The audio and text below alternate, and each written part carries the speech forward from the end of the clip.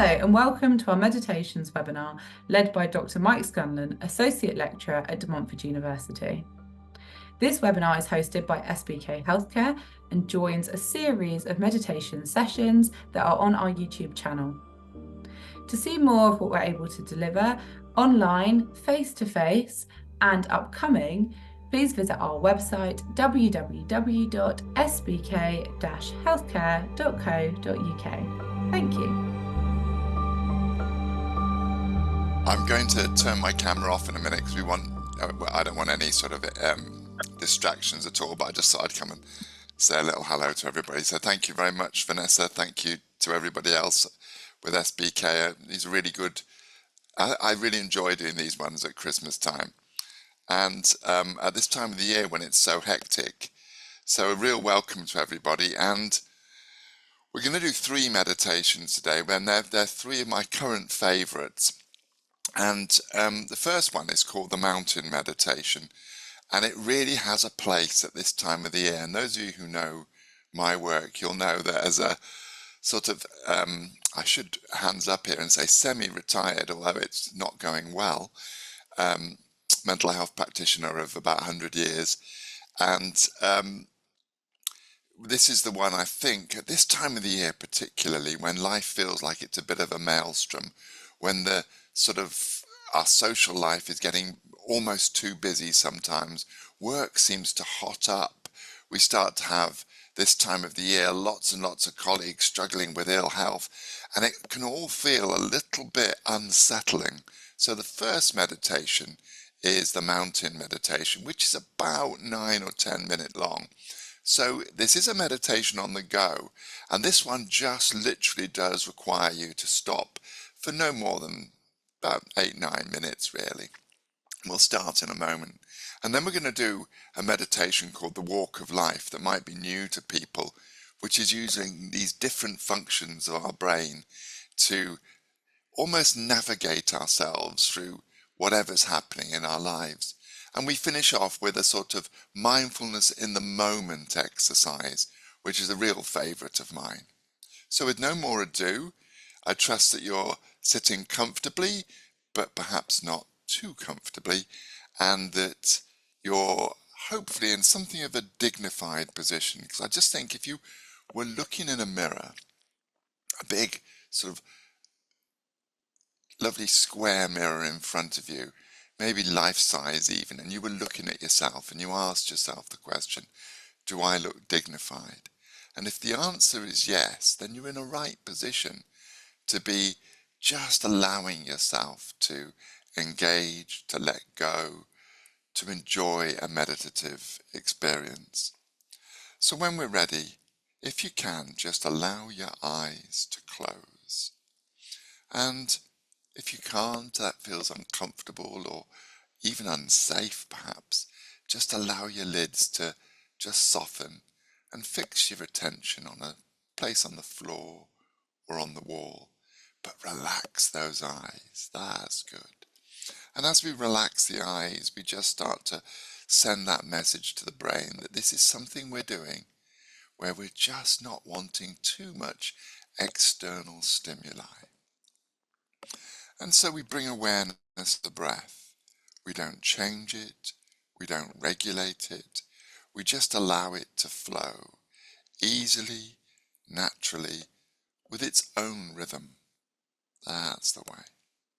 And as we sit here, you may want to have a brief peep at my slide and just see if you can't build an image in your own minds of a really magnificent, beautiful mountain.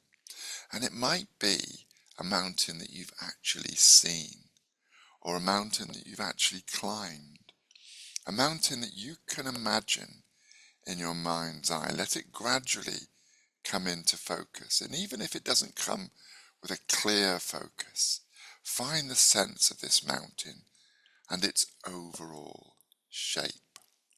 And hold that in your mind's eye.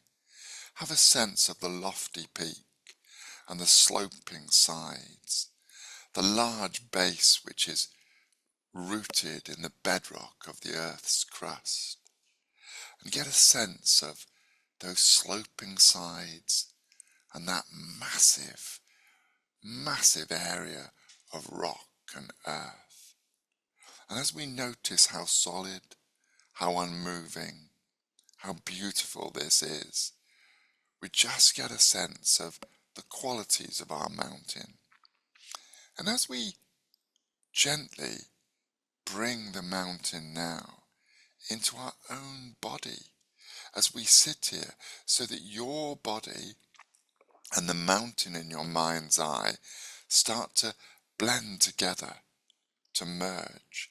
So you get a sense of your body sitting here, just in contact with this sense of the massiveness and the stillness of that mountain. And we are grounded in our sitting position. And guys, I'd love you to allow your head to become that lofty peak, reaching up into the sky, supported by the rest of your body, affording this panoramic view of wherever you choose to look at. And notice that your shoulders and your arms and your chest become the sides of the mountain, and your torso the solid base, and your feet and your legs rooted into the earth below. And with each breath as we sit here, we just become a little bit more of a living, breathing mountain, vital and alive, but unwavering in your inner stillness. And as we sit, just channeling our inner mountain, we get a sense of what a mountain has to put up with. In the summer, the hot sun bakes the surface of the mountain dry and we see cracks. And then in the autumn, the colours change and the mountain becomes a brilliant fire red perhaps.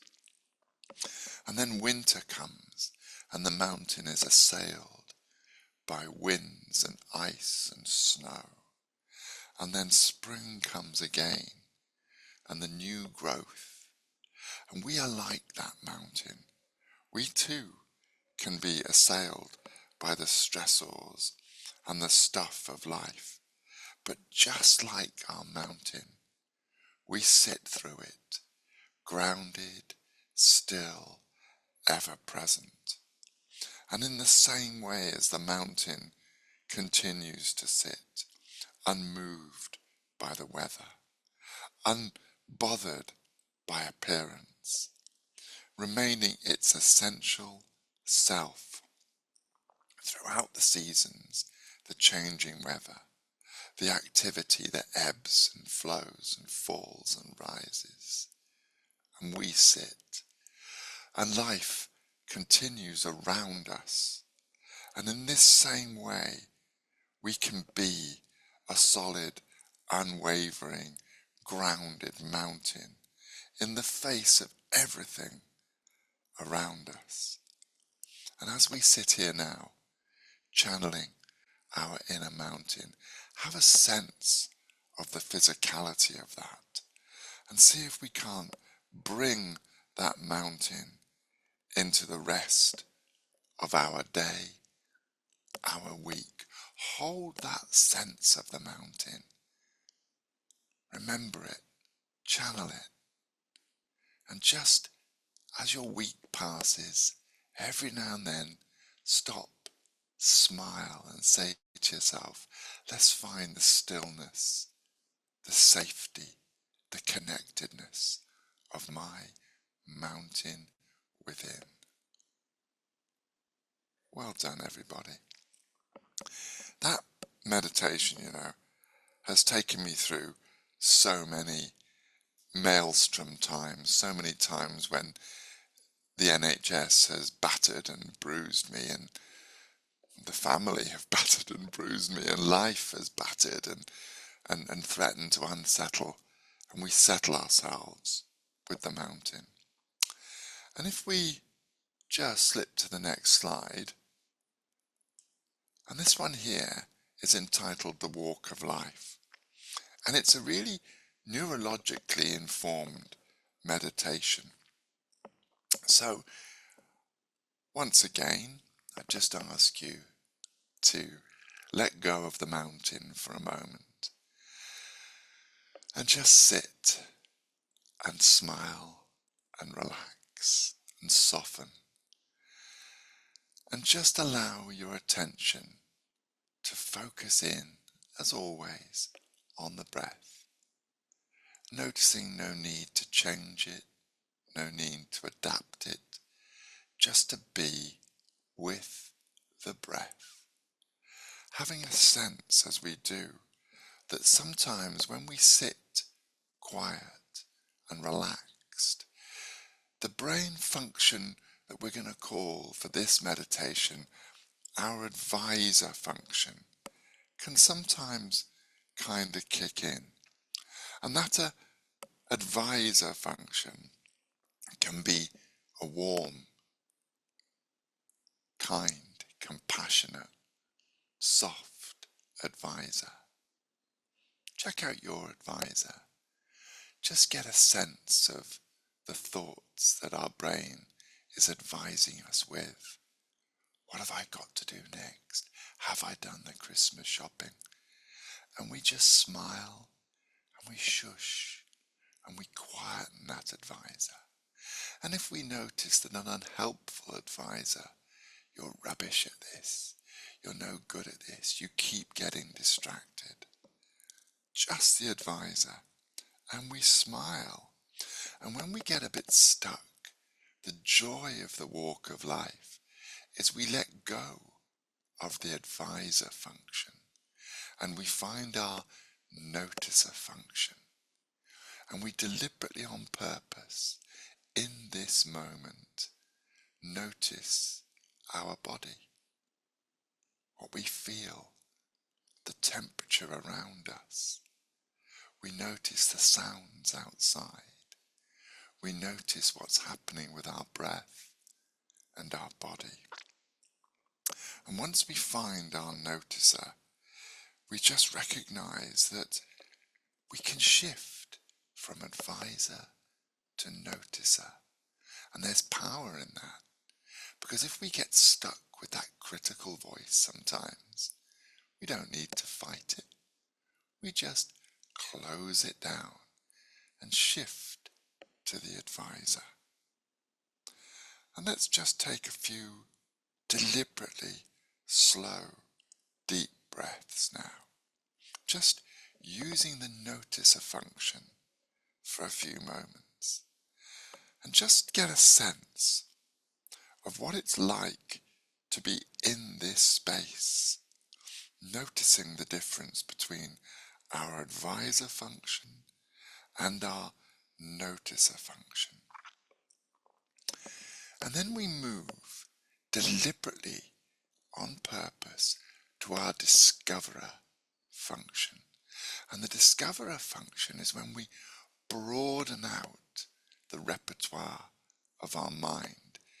And whilst firmly rooted in the present, we very gently lean into our future, holding on to this discoverer function. And this is where we can imagine us trying new things. This is where we see ourselves going about our day in a way that really works for us, with no hurry, with no frown. And we step into that discoverer function, and we recognize that when we're in this discoverer place, we can make choices, and we can make choices that take us towards the human being we want to be. And so we harness that advisor, and we ensure that the advisor we're listening to is that warm, patient, compassionate voice that is within all of us, and that the noticer function is calm and is observant and is internal and externally focused. And we take that noticer, advisor, and we step into this discoverer function. And we just ask ourselves, if I take my noticer and my advisor gently into the next few weeks, and I'm going to be taking this walk of life, taking me towards the human being I want to be. What do I look like? What do I sound like? What do I see myself doing more of? Who do I see myself enjoying their time with those special people? And we get a sense that we can be the boss. We can be the driver of the bus. And we can take our thoughts and our feelings and our noticing and our advising, and we can move into our future with a smile and with equanimity and calm. Really, really well done, everybody. It's a lovely meditation there, and we use this function called the DNAV, and the DNAV model comes from the acceptance and commitment youth model, and it encourages us to think about those functions of the brain in that different way. And what the V part of it stands for is values, the stuff of life that really matters. So we sometimes call that one the DNAV meditation, but what we actually did there was we did what the DNAV proponents call the walk of life, which is when we put together our chattering mind, our noticing brain, and we deliberately on purpose step into a sense of choice and flexibility, where we notice that we have choices about the way we want to go into our world. Well done again. It's a nice meditation, that one.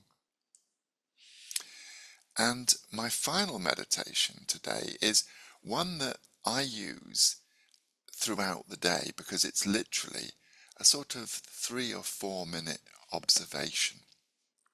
And the way I like to use it is that I make a little rule, and I'm going to challenge, very gently challenge, because it's not a challenging 5 minutes this, but I am going to just ask and request maybe that you try what I do, because it really works. And that's to, every time somebody is kind enough to make you a drink, or every time that you are kind enough to yourself to stop and make yourself a lovely cup of tea or a coffee or a glass of water, or if you stop for a beer on the way home, you stop. And when you make that stop, you make this choice to do a bold. And in a moment we'll do the bold meditation, but first I'll just take you through what the letters stand for. And when we do a bold mindful check-in, because that's what this really is, a very quick, a very effective mindful check-in, we stop and we anchor ourselves to the present moment by just taking a breath. And then we recognize that, roughly speaking, we have 3 senses of self. We have perceived self, which is our old, sometimes unkind, I am stuff. You know, the I am stupid, I am not good enough, that stuff. And we notice that we have choices. In a way, we step into our discoverer space, and we notice that we have this perceived self that is very often unhelpful. We have self in context, which is the self that right at this moment, who am I self? And right at this moment, the person speaking to you is Mike Scanlan, mindfulness proponent. It's not Mike Scanlan, husband, father, friend. It's Mike Scanlan in his actual self, which is at the moment being mindful. And then we have the most powerful sense of all, which is our observing self, which allows us to step out of the present moment and just look in at ourselves. And as we look in at ourselves, we come to the L and we lean right in and we ask ourselves, is the person I'm looking at right now, is the person I'm engaging with the human being I want to be? And the D asks us to make a decision, to step into that discoverer space and choose to carry out the actions that take us towards who we want to be. And that's the B, the O, the L and the D. The B is the breath. The O is the observing self. The L is the mindful, compassionate, lean right in and have a look at yourself with warmth and a smile and no judgment. And the D is where we make a decision about the human being we are going to choose to be. The human being that is moving towards the human we want to be. So with no more ado, let's do a bold meditation. And we stop and we find that smile, that lovely, mindful, small smile that lets the brain know that we're safe. And we just check out our body and just make sure that our body is soft, dignified, and relaxed. And then we take that one mindful breath. We breathe in through our nose, and again, and we take one lovely, long, relaxed exhale. Maybe we do that again to really stop. Gentle breath in through the nose. Another nasal inhale, filling the lungs, and then we exhale through the mouth fully. Interestingly, this is called the physiological sigh. And it's one of the best ways to get instantaneous calm. One more. Gentle breath in through the nose. Another inhale through the nose, filling our lungs, and a long, relaxed exhale through the mouth. Very good.